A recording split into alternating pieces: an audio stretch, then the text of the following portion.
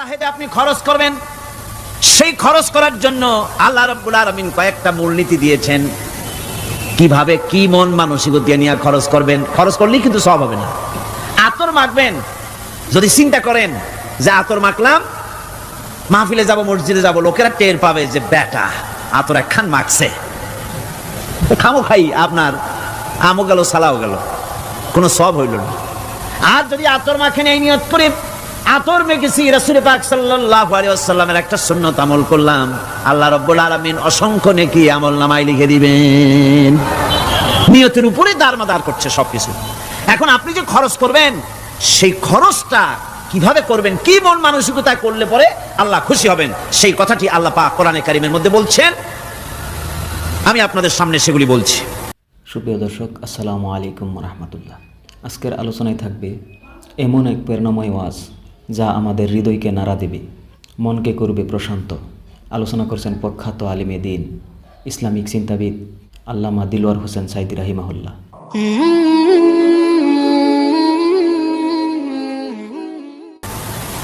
দানটা হতে হবে কেবলমাত্র আল্লাহরে খুশি করার জন্য। মনে রাখেন, এটা হলো এক নম্বর। কি দানটা হতে হবে কারে খুশি, জোরে কোন? আল্লাহ পাক বলছেন, ওয়ামা তুনফিকুনা ইল্লা ইবতিগা ওয়াজহিল্লাহ, তোমরা যা কিছু খরচ করো তাতে আল্লাহর সন্তুষ্টি লাভ করা ছাড়া মনের মধ্যে অন্য কিছু যেন লক্ষ্য না থাকে, শুধুমাত্র আল্লাহর সন্তুষ্টি মনের মধ্যে তোমরা রাখবে। আর কাউকে কোনো জিনিস দিয়ে তার কাছে অনুগ্রহ প্রকাশ করতে পারবে না। আমি তোমার এই উপকার করছিলাম, তুমি নেমক হারামের মতো আজ কথা বলো, এরকম বলে না। কাউকে কিছু দিয়ে অনুগ্রহ প্রকাশ করবে না, তার মনে ব্যথা দিবা না।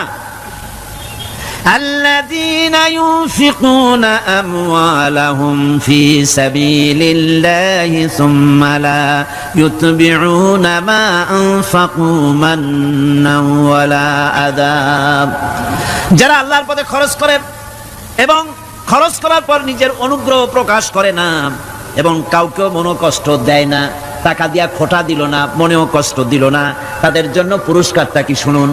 আল্লাহ পাক বলেন, পুরস্কার হচ্ছে লাহুম আজরুহুম ইনদা রাব্বিহিম ওয়ালা খাউফুন আলাইহিম ওয়ালা হুম ইয়াহজানুন, ওদের জন্য তার পরওয়ারদিগারের কাছে রয়েছে বিরাট পুরস্কার, আজরে আজিম। এদের জন্য কোনো ভয় নাই, কোনো চিন্তাও নাই, কিয়ামতে ডাইরেক্ট জান্নাতে চলে যাবে। সুবহানাল্লাহ। দানের এত ফজিলত যা ভাই আমি বলে শেষ করতে পারবো না, এত ফজিলত আল্লাহ দানের মধ্যে রেখেছেন। ত্যাগেই তো শান্তি, ভোগে শান্তি নাই, মজা কিসে? জোরে কর না, মজা কিসে? ত্যাগের ভিতরেই মজা। এরপরে আল্লাহ পাক বলছেন, আল্লাহর পথে 3 নম্বরে হতেছে আল্লাহর পথে যা খরচ করবা বেছে বেছে ভালো জিনিসটা দিও, বাইসা বাইসা ছেঁড়া জামাটা দিও না। পকেটে হাত দিয়া দান করবে, পকেটে হাত দিয়া হাত আর বাইর করে না। কারণ কি? খুঁজে দেখে যে 10 পাই না 4 আনা, কম পয়সাটা দেবে, ভালোটা দেবে না। টাকা বের করে ওর মধ্যে ময়লা পচা গন্ধ লাগে, ওইটা দান করবে, আর টাটকা টাকাটা পকেটে রেখে দেবে। এই স্বভাব আমাদের আছে কিনা? কর আছে কিনা? আরে বাবা, টাকা কি আপনি পকেটে রাখতে পারবেন? ওটা দেওয়া লাগবে না, এরে দেন তারে দেন, কাউকে কিন্তু দেবেনি। আমাদের এই বদভ্যাস আল্লাহ আমাদেরকে মাফ করুন, কোন আমিন বলেন। আমিন। দান করার সময় বেছে বেছে খারাপটা দিও না, ছেঁড়া কাপড়টা দিও না, অখাদ্য কুখাদ্য দান করো না। বিয়ার মজলিস, বিবাহে অনেক লোক দাওয়াত দিয়েছে, বেশি করে রান্না করছে, কম যদি হয়ে যায় বড় মিয়ার ইজ্জত নষ্ট হয়ে যাবে। মেহমান কম আসলো, এখন এই খাবারগুলি না পারিয়া তারপরে গরিবদের দেয়, না পেরে যখন খাবার কেউ নাই তখন গরিবদের দেয়। গরিবদের উদ্দেশ্য করে কিন্তু বানানো হয় নাই। এটা হলো একজনের রুটি খাচ্ছিল, এক কৃপণ বখিল রুটি খেতে বসেছে, সিল একটা আসে আর রুটিতে সু মারলো, সু মেরে রুটিটা নিয়ে গেছে। বেচারা পিছনে পিছনে দৌড় আরম্ভ করছে, গালি দিতে দিতে। মরার সিল, আর তুই জায়গা পাইলি না। সিলের পিছনে দৌড়াতে দৌড়াতে নদীর পাড়ে চলে আসছে। সিলও দেখে যে আল্লাহ, এমন এক ভিখাদার লোকের রুটি নিলাম, কোনো গাছেও বসতে পারি না তার ঢিলার জ্বালায়। শেষ পর্যন্ত পাশে ছিল নদী, নদীর উপর দিয়া চিল উড়ে ওপার যাওয়া আরম্ভ করছে। বখিল বেচারা দাঁড়াই থাকে, দিলাম ফি সাবিলিল্লাহ, আল্লাহর রাস্তায় দিলাম। এর তো কোনো মানে নাই। নিজে খেতে না করে বাসি অখাদ্য কুখাদ্য এগুলি দিতে আল্লাহ পাক নিষেধ করেছেন। দিবা বাইসে বাইসে ভালো জিনিসটা, যেটা তোমার কাছে প্রিয় ওইটা দিও। তুমি যদি খারাপটা দাও তাহলে আল্লাহ তোমার দেবেন ওই মানের, কিয়ামত আছে না, কিয়ামত ওই মানের পাবা। আল্লাহ পাক বলছেন, ইয়া আইয়ুহাল্লাযীনা আমানু আনফিকু মিন তাইয়্যিবাতি মা কাসাবতুম ওয়া মিম্মা আখরাজনা লাকুম মিনাল আরদ। তোমরা যে উপার্জন করেছো সেই উপার্জনে তোমাদের জন্য যা উপার্জন করেছো তাই, আর মাটি থেকে আমি যা তোমাদের জন্য দিয়েছি তার থেকে ভালো জিনিস, ভালো ভালো জিনিস আমার রাস্তায় খরচ করো। এটা কার অর্ডার? আল্লাহর অর্ডার। আর খরচ করার জন্য ওয়ালা তায়াম্মামুল খাবিসা মিনহু তুনফিকুন, খরচ করার জন্য বাইসা বাইসা খারাপ গুলি জিনিসগুলি খুঁজে বেড়াইও না, ভালো জিনিসগুলি আমার রাস্তায় খরচ করো। আর যতদূর সম্ভব গোপনে দিও, যতদূর সম্ভব দান গোপনে করো, মানুষকে শুনায়ও না অমুক জায়গায় দিলাম, বা মানুষকে দেখায় দেখা দিও না। কোন কোন শহর আছে কোরবানির সময় বিরাট গরু কেনা হয়, সেই গরুর গলায় মালা দিয়া তারপরে শহরের রাস্তায় রাস্তায় ঘুরানো হয়, অমুক মিয়া সাহেব এই গরুটা কোরবানি করবে। এরকম চিটাগংয়ে হয় না, অন্য অন্য জেলায় হয়। জি, এখানেই বেশি হয়। তাই আশ্চর্য কথা। তাহলে তো উচিত, এরকম যদি উদ্দেশ্য হয় তাহলে বড় মিয়া গরুর সাথে একসাথে হাঁটা উচিত, লোকেরা বুঝুক কোন বড় মিয়া আর কোন বড় গরু। আপনি এটা করলেন কি জন্যে? এই কাজটা তো নিন্দনীয় কাজ। আর প্রতিযোগিতামূলক কোরবানি করা, প্রতিযোগিতামূলক 35,000 টাকার গরু কোরবানি করা হলো, মানে নাই। মানুষকে শুনাইয়া, মানুষকে দেখাইয়া যদি করা হয় কোনো ফল পাওয়া যাবে না।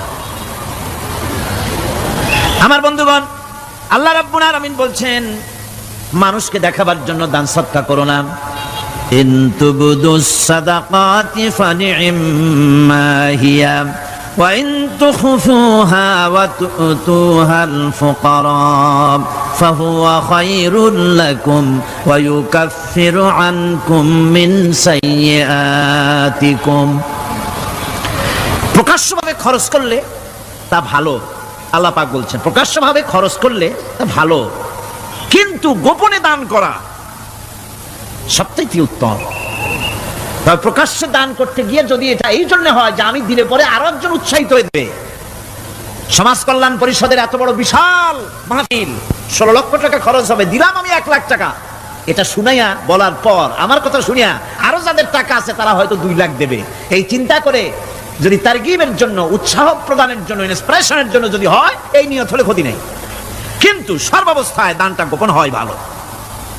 আল্লাহ পাক বলেন গোপনে যদি তুমি দান করো তাহলে আমি রব্বুল আলামিন ওই গোপন দানের বিনিময় তোমার সমস্ত গোপনীয় গুনাহগুলি আমি রব্বুল আলামিন মাফ করে দেব,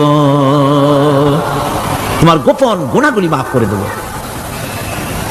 5 নম্বরে হচ্ছে নির্বোধ আর অজ্ঞ লোকদেরকে প্রয়োজনের অতিরিক্ত টাকা দিবা না। দেখেন ইসলামের কি সুন্দর বিধান।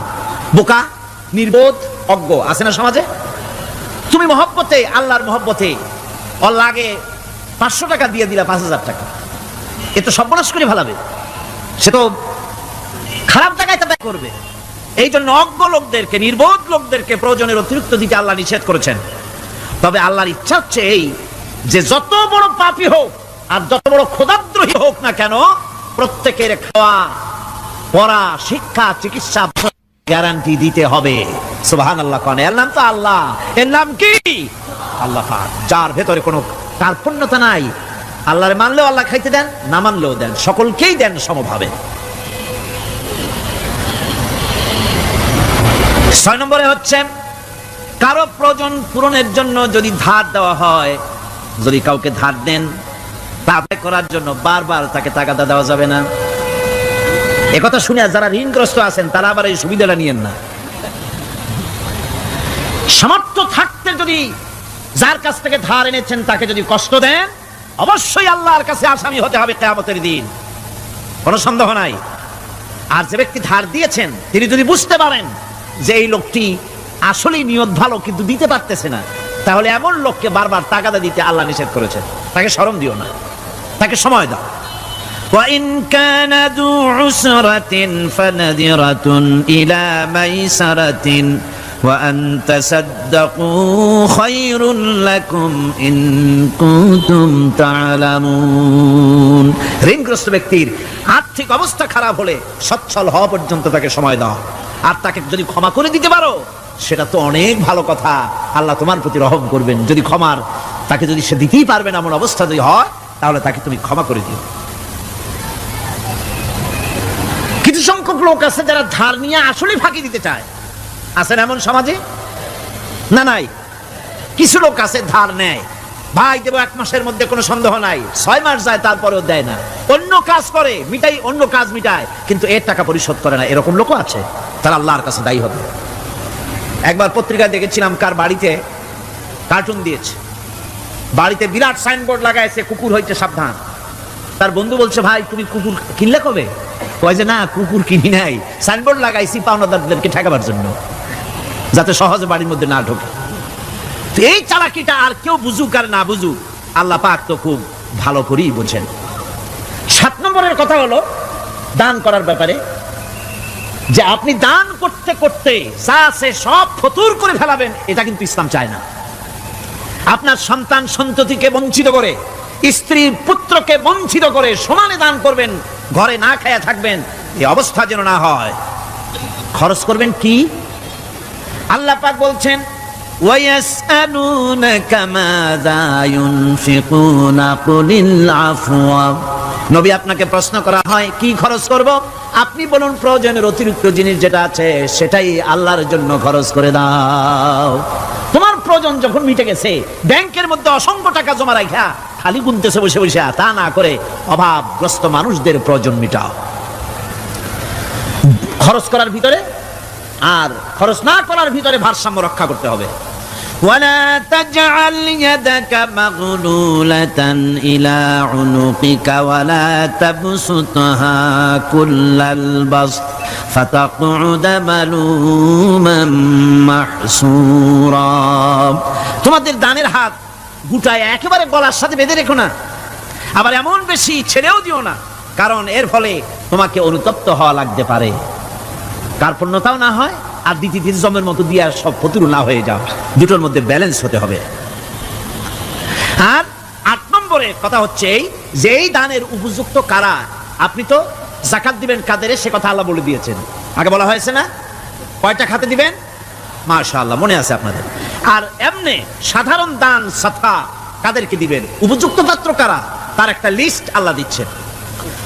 وبالوالدين إحسانا وبذي القربى واليتامى والمساكين والجار ذي القربى।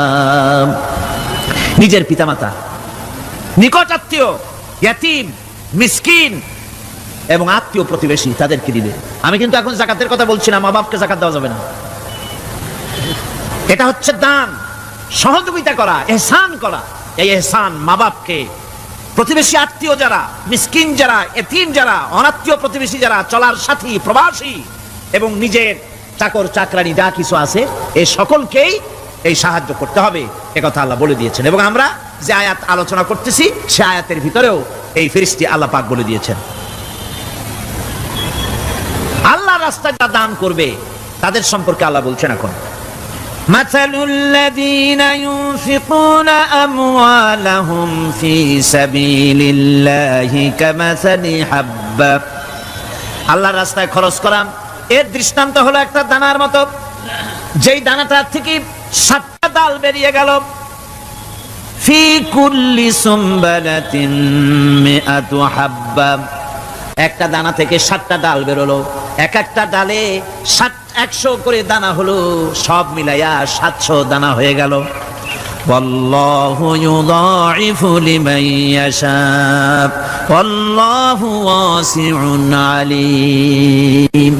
আল্লাহ পাক বলেন এই পৃথিবীতে একটা দানায় 700 দানা যে আল্লাহ রাব্বুল আলামিন তোমার হাতে ধরায় দিলেন, সে আল্লাহ পাকের ব্যাংকে যদি টাকা জমা রাখো, আল্লাহর রাস্তায় যদি খরচ করো, 700 গুণ বাড়ায় আল্লাহ তোমার হাতে ধরাইয়া দিবেন।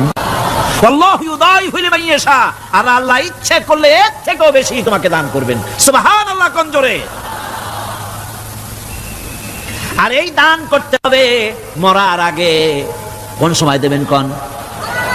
আমার দেশে বহু মুসলমান আছে যারা বলে হুজুর আসি আপনাদের পেছনে, যা বলেন আসি, জীবন দিয়া দেব। এরা খুব চালাক, জীবন দিতে চায়, মাল দিতে চায় না। আল্লাহ তো আগে জীবন চায় নাই, আল্লাহ আগে কি চাইছেন? কোন আল্লাহ আগে কি চাইছেন? আল্লাহ চাইছেন মাল। ওয়াতুজাহিদুনা ফি সাবিলিল্লাহি বিআমওয়ালিকুম ওয়া আনফুসিকুম। আল্লাহ পাক বলেন জিহাদ করো আমার রাস্তায় মাল দিয়ে আর জান দিয়ে। মাল দাও আগে, মাল না দিয়া যদি আগে মরে যাও মালটা তো থেকেই গেল। সুতরাং মাল আগে আমার রাস্তায় দাও। দেবা কখন? মরার আগে দাও। ওয়ানফিকু মিম্মা রাযাকনাকুম মিন ক্বাবল আইয়াতিয়া আহাদাকুমুল মাউত। আমার রাস্তায় খরচ করো মৃত্যু আসার আগে। فيقول رب لولا أخرتني إلى أجل قريب। যদি মরার আগে না দাও, মৃত্যুর সময়, মৃত্যু যখন এসে গেল সেই সময় যদি বলো, অনুশোচনা যদি করো, আহারে যদি আমি সময় পাইতাম, একটুখানি যদি সময় দিতে আল্লাহ, একটু সময় আমারে যদি দাও, ফাসাদদাকা ওয়া আকুম মিনাস সালিহিন। দান সদকা করব, সব আল্লাহর রাস্তায় দিয়ে দেব, আর আমি সালেহ বান্দাদের মধ্যে শামিল হয়ে যাব। আল্লাহ একটু সময় আমারে দাও। আল্লাহ পাক বলছেন ওয়ালা ইউআখিরাল্লাহু নাফসান ইযা জাআ আজালুহা আল্লাহু খাবীরুম বিমা তা'মালুন। মৃত্যু নির্ধারিত সময় আসলে এক সেকেন্ড আগে পাশে করা হবে না। সুতরাং মৃত্যুর আগে খরচ করো। আপনি মনে করবেন যে আপনি মরে গেলে পরে আপনার ছেলে মেয়ে আপনার জন্য করবে, খরচ করবে। হ্যাঁ করবে, ঠিক। মরার পরে কুলখানির পরে 40, তারপরে শেষ। এরপর আর করবে। আপনার ছেলে মেয়ে যে আপনার জন্য করবে তার প্রমাণ তো আপনি নিজে। আপনি আপনার ছেলের মেয়ের জন্য কি করেন? আপনার মা বাবার জন্য কি করছেন? আপনার মা বাবার জন্য যদি আপনি কিছু না করে থাকেন, আপনার ছেলে মেয়ে আপনার জন্য করবে না। সুতরাং নিজের কাজ নিজে করেন। আপনার পিঠ যদি চুলকায় আর নাতিরে যদি বলেন নাতি পিঠটা চুলকায় দাও, সে যে জায়গায় চুলকাবে আপনি করবেন উত্তর দিকে, সে উত্তর দিকে, হালকা দক্ষিণ দিকে, উপরে নিচে, পিঠে, পাছার কাছে, যে জায়গায় আঙ্গুল দেবে আপনি করবেন ওখানে না, আবার আরেকটু উপরে দাও, আরেকটু পাশে দাও, জায়গা মতো পড়বেই না। আর কষ্ট করে নিজের হাতটা যদি পৌঁছাইতে পারেন জায়গা মতো পড়ে, একবার চুলকানি মারলেই চুলকানি শেষ, ঠিক কিনা? সুতরাং আপনি অন্যের উপরে ভরসা না করে নিজের খরচ নিজেই করে যান, নিজের কাজ নিজে করে যান, আল্লাহর রাস্তায় খরচ করে যান। বেশি পরিমাণে খরচ করেন, যত খরচ করবেন আল্লাহ রাব্বুল আলামিন রাজি হয়ে যাবে। কোন সুবহানাল্লাহ। এক ফকির দিল্লি ঘুরতেছে, একজন বলছে ভাই তোমারে তো খয়রাত করে দেখতেছি আমি সেই ছোটবেলা থেকে, খালি তুমি খয়রাত করো। একটা জিনিস আপনারা মনে রাখবেন, গরিব, আজকে যারা গরিব পরিশ্রমের মধ্য দিয়ে কালকে তারা ধনী হতে পারে, কিন্তু যারা ভিক্ষুক, যারা ভিক্ষা করে জিন্দেগিতে কোনোদিন তারা বড় হতে পারবে না। ভিক্ষা করা যাদের অভ্যাস জীবনেও বাড়ি করতে পারবে না, জীবনেও ধনী হইতে পারবে না, কিন্তু গরিব ধনী হইতে পারবে। কারণ হলো আল্লাহর কাছে দুইটা বৈধ জিনিস অত্যন্ত ঘৃণিত। কয়টা? একটা হলো তালাক, আর একটা হলো ভিক্ষাবৃত্তি, মানুষের কাছে চাওয়া। আল্লাহ পছন্দ করেন না। তো ভিক্ষুক ঘুরতেছে, একটা লোক বলল মিয়া তোমার তো সারা জীবনই খয়রাত করতে দেখি। খয়রাত করবো না, করবো কি? যার কাছে যাই সে দেয় 4 আনা 2 আনা 1 টাকা, এর বেশি তো দেয় না, তে দিয়ে আমি কেমনে বড় লোক হবো? কয় যে তুমি বাদশারে চোখে দেখো না, বাদশারে চোখে দেখো না। কয় বাদশার কাছে কি আমার মতো লোক যাইতে পারে নাকি? কল না যাইতে হবে, যাও। বাদশা একবার যাবা, এমন দেওয়া দেবে জীবনে আর তোমার খয়রাত করা লাগবে না। পাতি শিয়ালের পিছনে ঘুরে তো লাভ নাই, পাতি শিয়ালে খায় মুরগি, তোমার একটা ঠ্যাং দেবে, দাঁতের খেলালের কাজ হবে না। বাঘের পিছনে ঘোরো, বাঘে খায় গরু আর হরিণ, একটা রান দিলে তুমি 1 সপ্তাহ খাইতে পারবা। তো বলছে বাদশার কাছে যাও। তো বাদশারে পাবো কই? কই তো দেখলাম কেবল মসজিদে ঢুকলো। তারপরে ফকির গিয়ে দাঁড়ায় আছে বারান্দায়, দেখে যে উনি বাদশা ভেতরে বসে হাত তুলে আছে ভাবে, আর চোখ দিয়ে পানি পড়ে দাড়ি ভিজে ভিজে পড়তেছে। নামাজ শেষ করে, মোনাজাত শেষ করে বাদশা বেরিয়েছেন। কোন বাদশা? শাহজাহান। বাইরে আসার পর ফকির বলল আসসালামু আলাইকুম, বলে ফকির রওনা করছে। বাদশা বলে দাঁড়াও, তুমি যে রওনা করলা তোমার তো ভিক্ষুক মনে হয়, আর লোকেরা যারা ভিক্ষুক না তারাও তো আমার কাছে চায়, আর তুমি তো ভিক্ষুক, চাইলে না কেন কিছু? ভিক্ষুক বলে, জাহাপানা, আমি কিছু চাইতে এসেছিলাম আপনার কাছে, কিন্তু আপনার করুণ অবস্থা দেখে আমার জ্ঞানের চোখ খুলে গিয়েছে। আমি দেখতে পেলাম আমি যার কাছে চাইতে এসেছি, আমি তো কান্দি না, হাতও পাতি নাই। যার কাছে চাইতে আসতাম দিল্লির সম্রাট, আবার কোন সম্রাটের কাছে হাত পেতে ভিক্ষুকের মতো কি জানি চায়, আর চোখ দিয়া পানি পড়ে দাড়ি ভিজে ভিজে পড়ছে। আমার জ্ঞানের চোখ খুলে গেছে, দুনিয়ার বাদশার কাছে আর চাইবো না। বাদশা কান্দে যে বাদশার কাছে, তার কাছেই চাইবো। প্রিয় ভাই সব, এই জন্যে জিহেন সাফ করে ফেলুন। দুনিয়ার কোনো মানুষের জন্য, মানুষের কাছে নয়, কোনো কবরে নয়, কোনো কারো কাছে নয়, আল্লাহ তাআলার কাছেই আমরা নামাজের মধ্যে ঘোষণা করেছি, ইয়াকা না'বুদু ওয়া ইয়াকা নাস্তাঈন। আল্লাহ তাআলা, তোমার একমাত্র ইবাদত করি, তোমার কাছেই সাহায্য চাই। কাজেই সাহায্য আল্লাহর কাছে। কার কাছে চাইবো বলেন? আল্লাহ আমাদের ঈমান পোক্ত করে দিন। আমরা বলি আমিন, আমরা বলি আমিন। অসুখ বিসুখ হইলে পরে ধৈর্য ধরবেন। অনেক মানুষ আছে জ্বর হইলে কয় যে এত নামাজ পড়ি খালি জ্বর আমারই হয়, এত রোজা রাখি, ভালো ভালো কাম করি, আমার ছেলের অসুখ মোটে সারি না। এই জাতীয় কথা বলবেন না। মুমিনের পায়ে যদি কাঁটাও ফোটে, সওয়াব থেকে খালি নাই। ধৈর্য ধরতে হবে। কাঁটা ফুটছে, বলেন ইন্না লিল্লাহ। আজাবান লিল মুমিন, মুমিনের জন্য বড়ই আশ্চর্য ব্যাপার। বিপদ হইলেও শুকর আদায় করে, আর সুখে থাকলেও শুকর আদায় করে। সুবহানাল্লাহ বিহামদি। বিপদ আসলে সে বলে ইন্না লিল্লাহি, বলেন ইন্না লিল্লাহি ওয়া ইন্না ইলাইহি রাজিউন। আর যখন শান্তি আসে বলে আলহামদুলিল্লাহ। দুই অবস্থায় তার জন্য নিয়ামত আল্লাহর তরফ থেকে সে পায়, আলহামদুলিল্লাহ। প্রিয় ভাই সব, তো আল্লাহর উপর ঈমান আনার জন্য কয়টা শর্ত বলছিলাম? এই যে প্যাচ লেগে গেছে, কয় যে 3টা। আল্লাহর উপর ঈমান আনার জন্য শর্ত কয়টা? 4টা। 4টার বলছি কয়টা? 2টা। আরেকটা হচ্ছে আল্লাহর কুদরত, এ বিশ্বাস করা। আল্লাহর কুদরত মানে শক্তি। আল্লাহর কিছু বিশ্বাস করবেন, বলেন জোরে? শক্তি। আকাশ এবং জমিনের শক্তিশালী কে? কিন্তু আমার দেশের জনগণ, কিছু কিছু রাজনীতিবিদরা বলে জনগণই নাকি সকল ক্ষমতার, সকল শক্তির উৎস। কি পাগল! তুমি ক্ষমতার উৎস? নাকের মধ্যে ময়লা, দাঁতে ছাতা, পেটের মধ্যে দুর্গন্ধ ভরা, ক্ষমতার উৎস? আশ্চর্য কথা। এই যে ক্ষমতার উৎস, হাজার হাজার লোক এখানে বসা, 2টা ভাউয়া ব্যাংক যদি 2 কোণা দিয়ে ঢোকে, ভাউয়া ব্যাংক চেনেন? বিগ সাইজের ব্যাংক, 2টা যদি দুই দিক দিয়ে ঢোকে লাফাইতে লাফাইতে, সামনে যারা আছে এমনি লাফাবে। অন্তত টঙ্গী তামিরুল মিল্লাত মাদ্রাসা ছাড়াইয়া তারপরে ফিরে তাকায় বলবে, ভাই আমরা দৌড়াই কেন? ব্যাংকের সামনে অসহায়, বল্লা ভীমরুলের সামনে অসহায়, সাপের সামনে, বিচ্ছুর সামনে অসহায়। তারা কয় সকল ক্ষমতার উৎস জনগণ। কপাল পোড়া। ক্ষমতার উৎস জনগণ নয়। এটা কোরআনের সাথে কন্ট্রাডিকশন হয় এ কথায়। আল্লাহ বলেছেন আন্নাল কুওয়াতা লিল্লাহি জামিয়া। সকল ক্ষমতার উৎস কে? চিল্লায় বলো ক্ষমতা কি দেখছেন? মাত্র 1.5 মিনিট। কয় মিনিট? মাত্র 1.5 মিনিট। আল্লাহ বলেছেন কোন? সাথে সাথে তামিলনাড়ু, মালয়েশিয়া, ইন্দোনেশিয়া, থাইল্যান্ড, মালদ্বীপ, শ্রীলঙ্কা, 2 লক্ষ লোক শেষ, 1 লক্ষের খোঁজ নাই। সমুদ্রের পানি 33 ফিট উঁচু হয়ে এসছে। সুবহানাল্লাহ কই দিচ্ছে করে না?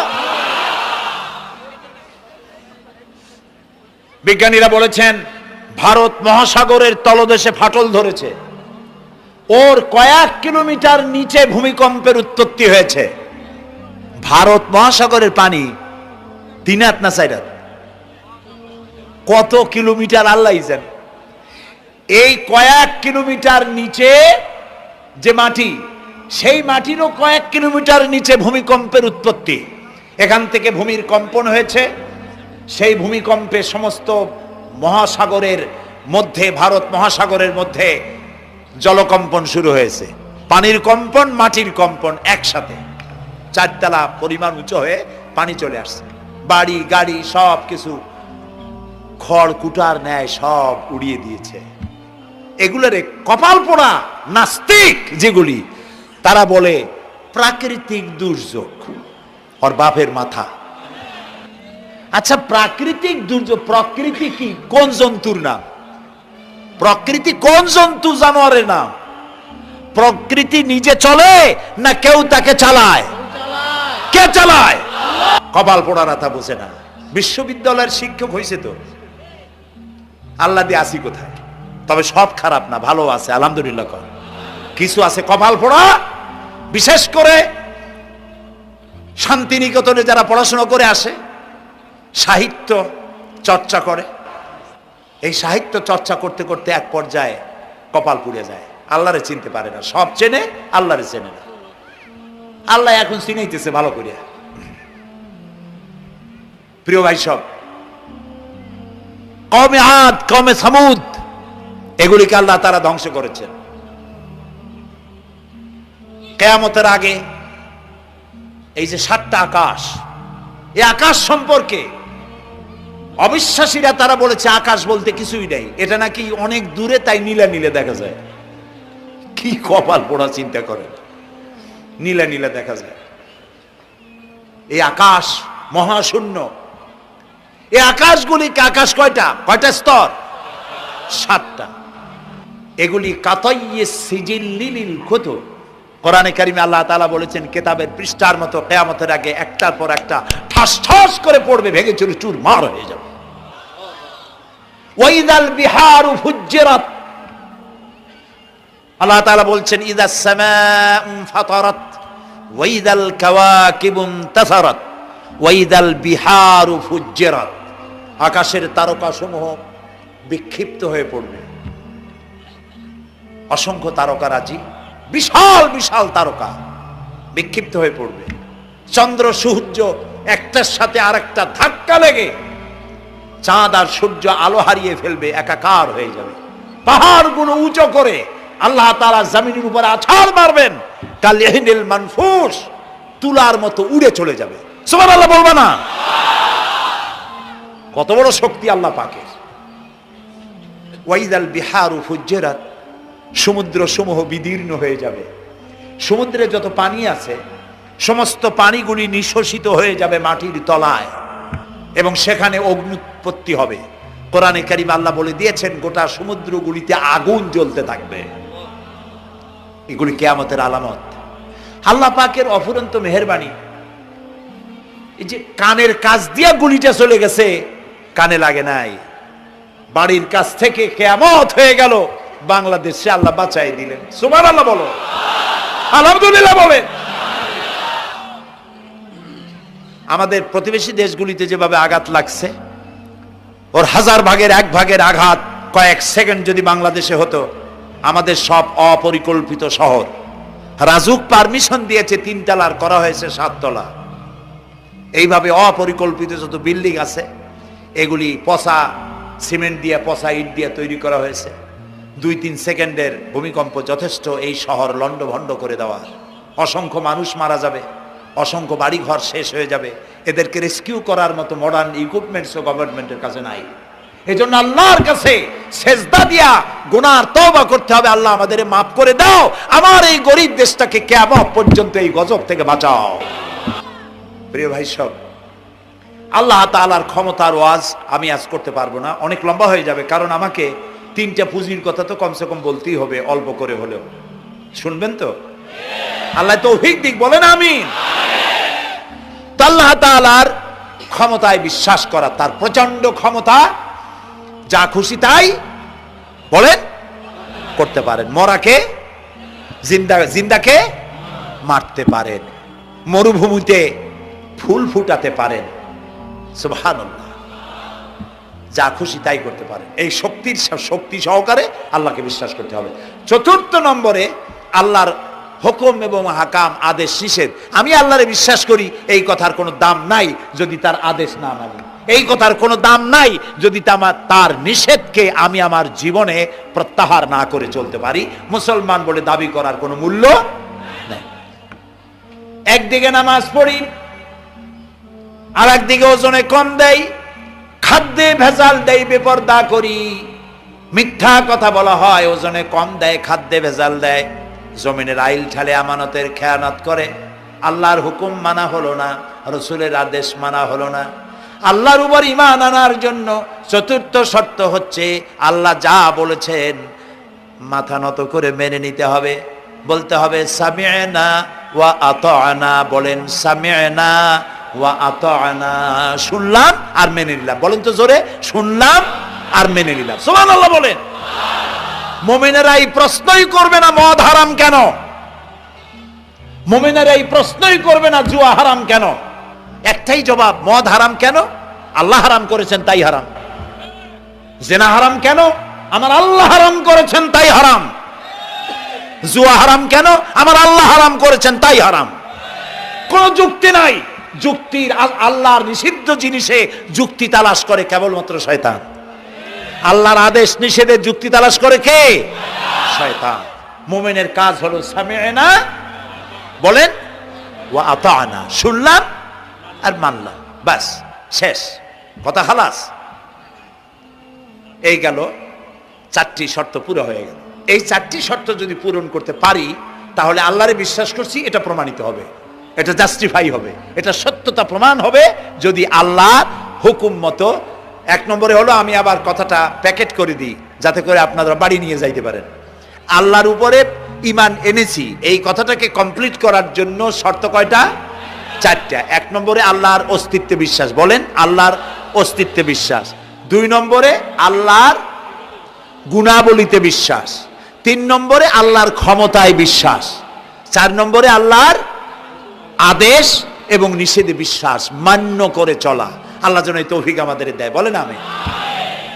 আল্লাহ রাব্বুল আলামিন দুনিয়ায় শান্তি, আখিরাতে জাহান্নাম থেকে মুক্তি দেওয়ার জন্য আল্লাহ পাক আমাদেরকে একটা ব্যবসার কথা বলেছেন। ওই ব্যবসায় পুঁজি কয়টা?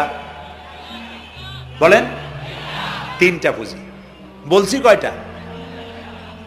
দেখেন যে কেমনি প্যাঁচ লাগে। বলছি মাত্র একটা, সে একটা ডাল বাইর করছি চারটা। এবার আসেন মূল পয়েন্টে। এবার দ্বিতীয় পয়েন্ট, রসুলের প্রতি ঈমান। আমরা তো রসুলের প্রতি ঈমান আনছি কিনা বলেন? রসুলের প্রতি ঈমান এনেছি। আমাদের এই ঈমান যথেষ্ট নয়, কারণ আমাদের ঈমান হলো রবিউল আউয়াল মাসে ঈমান তাজা হয়, ঠিক না? ঠিক না? রবিউল আউয়াল মাস যখন আসি, ব্যানারটা নাই, শামিয়ানাটা নাই, রাস্তাগুলিতে ফ্ল্যাগ লাগাই আর আলোকসজ্জা করি। মন্ত্রীরা আসেন, নেতারা আসেন, সিরাতুন নবী মাহফিলে দাঁড়ায় বলেন নবীর আদর্শ অনুসরণ করা ছাড়া উপায় নাই। অথচ ওনার পা থেকে শুরু করে মাথা পর্যন্ত নবীর আদর্শ নাই। আবার এই নেতা রামকৃষ্ণ মিশনে, রামকৃষ্ণ পরমহংসদেব তার মঞ্চে গিয়ে বলেন রামকৃষ্ণের নীতির ছাড়া বিকল্প কিছুই নেই। আবার গৌতম বুদ্ধের জন্মবার্ষিকী উদযাপনের জন্য সেখানে গিয়ে বলেন গৌতম বুদ্ধের অহিংস নীতি অনুসরণ করা ছাড়া জাতির যোগীনাথ হওয়ার আর কোনো পথ নাই। যেখানে যায় সেই জায়গার গুলি ধরে। রবিউল আউয়াল মাস আসতে পারে, আলোকসজ্জা করে ইয়া নবী সালামু আলাইকা, ইয়া রাসূল সালামু আলাইকা। এরপরে গরম গরম জিলাপি রাসূলুল্লাহকে বুঝায় দেওয়া হলো, হে রাসূল আপনি তাকিয়ে দেখেন কত মহব্বত আপনারে করি, আপনার মহব্বতের জন্য আমাদের শহরের কোনো মিষ্টির দোকানে আর মিষ্টি নাই, সব আমরা খাইয়া শেষ করছি। এই হলো মহব্বত। এই মহব্বতে এই ঈমানে কাজ হবে না। এই ঈমানে বলেন কাজ হবে না। কোন ঈমানে কাজ হবে? রাসূলের প্রতি ঈমানের অর্থ কি? এর অর্থ হচ্ছে নবী করিম সাল্লাল্লাহু আলাইহি ওয়াসাল্লাম আমাদের রাসূল, আমাদের নেতা। আমাদের রাসূল আমাদের নেতা, আমরা তার উম্মত, তার অনুসারী। অনুসারীর কাজ কি? নেতার পূর্ণাঙ্গ অনুসরণ করণ। রাসূলুল্লাহর আনুগত্য করতে হবে, এটা কে বলেছেন? আল্লাহ রাব্বুল আলামিন সূরা আলে ইমরানের মধ্যে বলেছেন, কুল ইন কুনতুম তুহিব্বুনাল্লাহ ফাত্তাবিউনি ইউহিব্বুকুমুল্লাহ ওয়া ইয়াগফির লাকুম যুনুবাকুম আল্লাহু গফুরুর রহিম। হে নবী, আপনি বলুন, তোমরা যদি আল্লাহকে ভালোবাসো তাহলে তোমার কাজ হচ্ছে, তোমরা যদি আল্লাহকে ভালোবাসো তাহলে তোমরা আমার আনুগত্য করো, আমার অনুসরণ করো। কার? রাসূলের। বলেন কার? রাসূলের অনুসরণ যদি তোমরা করো, খেয়াল করে শুনতেছেন তো? আল্লাহ তাআলা বলছেন, নবী আপনি বলেন, তোমরা যদি আল্লাহকে ভালোবাসো, তোমাদের এই দাবি যদি সত্য হয়, তাহলে আমার অনুসরণ করো, আমার আনুগত্য করো। আমার অনুসরণ, আমার আনুগত্য করলে পরে তোমাদেরকে আল্লাহ রাব্বুল আলামিন ভালোবাসবেন এবং তোমাদের তামাম জিন্দেগীর সমস্ত গুনাহ খাতা আল্লাহ তাআলা মাফ করে দিবে। আমরা কি গুনাহ মাফ করাইতে চাই? বলেন চাই? আসুন রাসূলের আনুগত্য করুন। রাসূলের আনুগত্য কিরকম? রাসূল যেভাবে মোস কাটছে আমরা সেইভাবে মোস কাটবো, তিনি দাড়ি যেভাবে রাখছেন আমরা সেইভাবে রাখবো, তিনি চুল কাটছেন যেভাবে সেইভাবে করব, তিনি পায়ের নখ হাতের নখ যেভাবে কাটছেন সেইভাবে করব, তিনি যেভাবে বিবাহ করেছেন সেই সুন্নত অনুযায়ী বিবাহ, তিনি যেভাবে দেশ চালাইছেন সেইভাবে দেশ চালাবো। রাসূলের অনুসরণের অর্থ শুধু এই নয় যে তিনি যেভাবে সুরমা লাগাইছেন আমি ওইরকম সুরমা দেব, তিনি যেভাবে কদু খাইছে আমিও কদু খাবো, এটা নয়। এটা নয়, শুধু রাসূলের আনুগত্য হবে মুরগির ফার্ম থেকে শুরু করে জাতিসংঘ পর্যন্ত, জীবনের সব ক্ষেত্রে। আর বিশ্বাস করতে হবে তিনি শেষ নবী, তারপরে আর কোন নবী আসবে না। আল্লাহ রাব্বুল আলামিন সূরা আহজাবের মধ্যে বলেছেন, মা কানা মুহাম্মাদুন আবা আহাদিম মির রিজালিকুম ওয়ালাকির রাসূলুল্লাহি ওয়া খাতামান নাবিয়্যিন। মুহাম্মদ সাল্লাল্লাহু আলাইহি ওয়াসাল্লাম তোমাদের কোন পুরুষদের পিতা নন, তিনি আল্লাহর রাসূল এবং তাকে দিয়ে নবুয়তের মিশনকে খতম করে দেওয়া, কমপ্লিট করে দেওয়া হয়েছে। আর কোন নবী, রাসূলুল্লাহ বলেছেন, লা নাবিয়্যা বাদি ওয়ালা রাসূল, আমার পরে আর কোন নবীও আসবে না, রাসূলও আসবে না। কথা বুঝে আসছে? আল্লাহর নবীর পরে আর কোন নবী হবে না। আল্লাহর নবী বলেছেন, একটি ইমারত তৈরি করে তার ভিতরে একটা ইট যদি খালি থাকে, একটি ইটের জায়গা যদি শূন্য থাকে, তাহলে সকলের চোখে ধরা পড়বে। ওই ইটখানা দিলে পরে বিল্ডিংটা কমপ্লিট হয়ে যায়। নবুয়তির যে ইমারত আল্লাহ তৈরি করেছিলেন, ওর ভিতরে একটা ইটের অভাব ছিল। আল্লাহ পাক আমাকে দিয়ে সেই শূন্য জায়গা পূরণ করে দিয়ে নবুয়তের মিশনকে কমপ্লিট করে দিয়েছেন। রাসূলুল্লাহ বলেছেন, আমার পরে আর কেউ নবী হবে না। পৃথিবীর সব মুসলমানদের আকীদা, মুহাম্মদ সাল্লাল্লাহু আলাইহি ওয়াসাল্লামের পরে যদি কেউ নবুয়তের দাবি করে সে কাফির, হাজার বার কাফির। তারা যারা তাকে যারা নবী মানবে তারাও। রাসূলুল্লাহ বলেছেন, আমার পরে 30 জন মিথ্যেবাদী নবুয়তের দাবি করবে। তার মধ্যে একজন তো দাবি করছে রাসূলের জীবদ্দশায়, একটা ছিল মেয়ে লোক আর একটা ছিল পুরুষ। পুরুষটার নাম ছিল মুসাইলামা কাযযাব, নামই ছিল কাযযাব। কাযযাব মানে মিথ্যাবাদী। দেখছেন অবস্থা, নামই মিথ্যাবাদী। উম্মতেরা কইল যে আপনি তো একজন নবী, আমরা সৌভাগ্য আর দুর্ভাগ্য হোক আপনারা নবী বলে মানলাম। মুহাম্মদ সাল্লাল্লাহু আলাইহি ওয়াসাল্লামের কাছে প্রায় জিবরাইল আসে আর ওহী আনে, আর আপনি আমাদের কোনো ওহী দিতে পারলেন না পর্যন্ত। কয় যে কেবল না নবী হইলাম, অপেক্ষা করো, ওহী আসবে না। বেশ কিছুদিন যাওয়ার পর খুব চিন্তা ভাবনা করে কয় যে ওহী একটা আসছে। উম্মতেরা সব দৌড়ে আসছে, কি ওহী? কয় যে এইমাত্র শেষ রাত্রে জিবরাইল আসছিল, আইসে আমারে কয়ে গেল, একটা সূরা নাজিল করলো। সূরাটা কি? ইন্না আতাইনাকাল আকাক ফাসাল্লি লিরাব্বিকা ওয়াজআক ইন্না শানিয়াকা হুয়াল আবলাক। উম্মতেরা কয় সর্বনাশ, এই সূরা পড়তে গেলে তো আমরা কাইসা মরে যাব। এর অর্থ তো খুব বিকায়দা। কি সূরা নাজিল হইল আপনার উপরে? ইন্না আতাইনাকাল আকাক, মানে আমি তোমাকে হুতুম পেশা দান করেছি, সুতরাং তুমি তোমার প্রভুর উদ্দেশ্যে নামাজ পড়ো আর চিৎকার মারো। কারণ তোমার শত্রুরা সাদা এবং কালো বর্ণের। আমরা তো আগামাথা কিছু বুঝলাম না, কি হই। আচ্ছা ঠিক আছে, পয়গম্বর মুহাম্মদ সাল্লাল্লাহু আলাইহি সাল্লামকে তার উম্মতেরা নিয়ে যায় তাদের বাগানে, মাঝে মধ্যে নিয়ে যায়। নিলে পরে যে কুয়ায় পানি থাকে না, শূন্য কুয়া পানিতে ভরে যায়। যে গাছতলা দিয়ে তিনি হেঁটে যান, যে খেজুর গাছে খেজুর নাই, সেই গাছতলা দিয়ে রাসূল হেঁটে গেলেন, গাছে ফল ধরে যায়। আপনি তো এরকম কিছু দেখাইতে পারেন না। কয় তোমরা তো আমার নেও না, চলো না যাই। নিয়ে গেছে, যাইয়া দেখে যে কুয়ার পাড় দিয়ে যায়, যে কুয়ায় পানি থাকে তা থাকে না, শুকায় যায়। যে গাছতলায় দিয়ে যায় ওই গাছে খোরমা থাকলে সাথে সাথে খড়ি ঝরে যায়। উম্মতের কয় কি একটা কপাল পড়া নবী পাইলাম বাকি। আল্লাহ তারে শেষ করছে দুনিয়া থেকে, জাহান্নামে চলে গেছে। সেই মহিলাটাও গেছে, সেও গেছে। রাসূলুল্লাহ বলেছেন এইরকম 30 জন মিথ্যাবাদী নবুয়তের দাবি করবে কিয়ামতের আগ পর্যন্ত। গোলাম আহমদ কাদিয়ানী, এ হলো ইতিহাসে আমরা যদ্দ পাই তার পর্যন্ত 28 জন হয়েছে।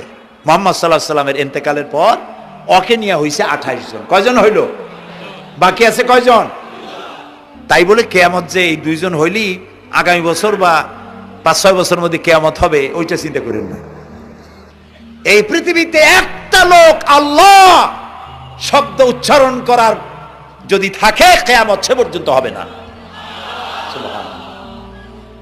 সুতরাং বহুত দেরি আছে কিয়ামতের। তবে ওর মতো আরো শয়তান 2 জন আসবে। গোলাম আহমদ কাদিয়ানী বলল, আমি পয়গম্বর, আমি নবী, আমার উপরে ওহী আসে।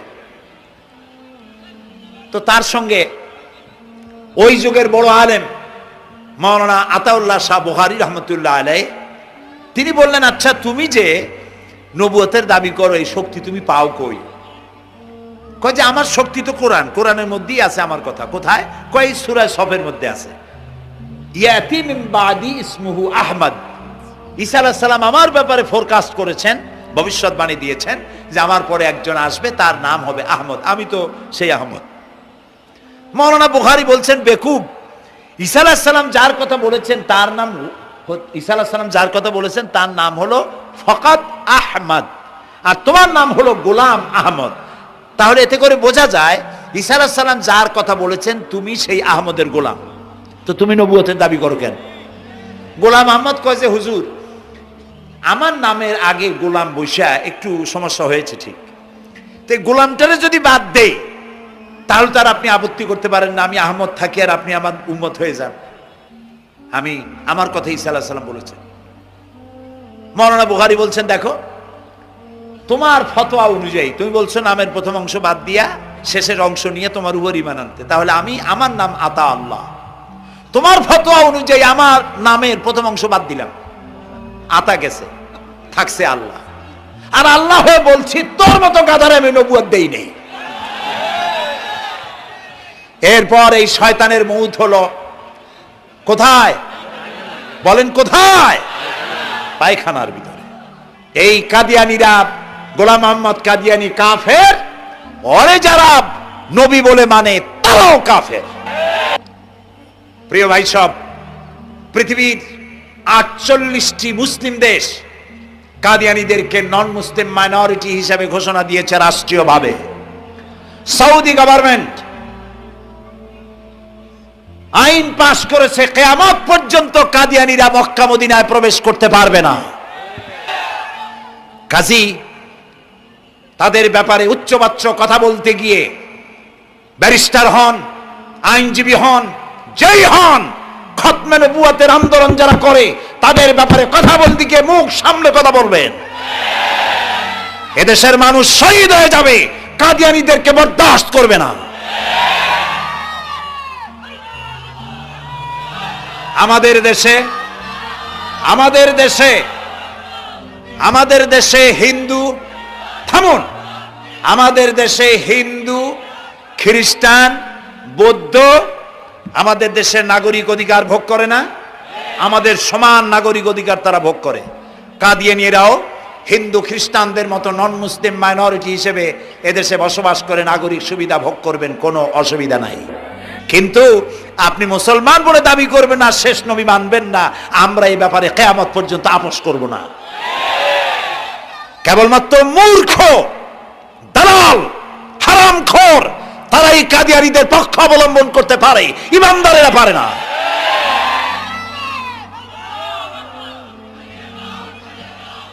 কাদিয়ানীরা যে সব মসজিদ তৈরি করে, এগুলি মসজিদ নয়, এগুলি উপাসনালয়। হিন্দুদের মন্দিরকে যেভাবে আমরা সম্মান করি, ওদের উপাসনালয়কেও সম্মান করি। কিন্তু কাদিয়ানীরা যতদিন মুসলমান নামের পরিচয় দিতে থাকবেন, আমরা আমাদের অধিকার আদায়ের জন্য সুশৃঙ্খল ভাবে গণতান্ত্রিক পদ্ধতিতে আমরা এই অধিকার আদায়ের চেষ্টা করব। খতম নবুয়তের আন্দোলন কোনো রাজনৈতিক আন্দোলন নয়, এটি আমাদের ইমানের আন্দোলন। যারা আন্দোলন করতেছেন তারা আমাদের ফরজে কিফায়ার দায়িত্ব পালন করছেন।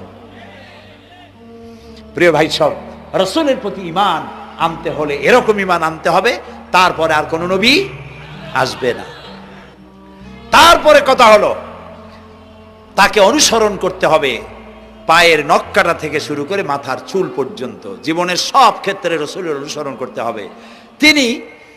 তিনি সেনাপতি ছিলেন, শ্রমিক ছিলেন, পিতা ছিলেন, নানা ছিলেন, স্বামী ছিলেন, ঠিক না? তিনি রাষ্ট্রপ্রধানও ছিলেন। প্রিয় ভাই সব, এই যে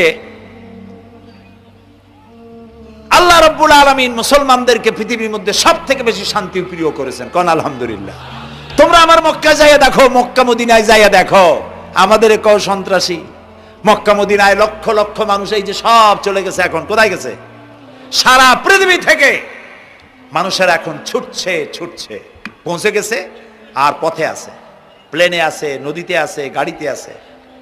সুবহানাল্লাহ, লক্ষ লক্ষ মানুষ চলে গেছে, সবার একই ড্রেস, একই গন্তব্য, একই স্লোগান, লাব্বাইক আল্লাহ।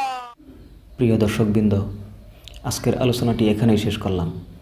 আশা করি আপনাদের হৃদয়ে স্পর্শ করেছে এই ওয়াজটি। নিয়মিত এমন আলোচনা পেতে আমাদের সাথেই থাকুন। আল্লাহ হাফেজ। আসসালামু আলাইকুম ওয়া রাহমাতুল্লাহ।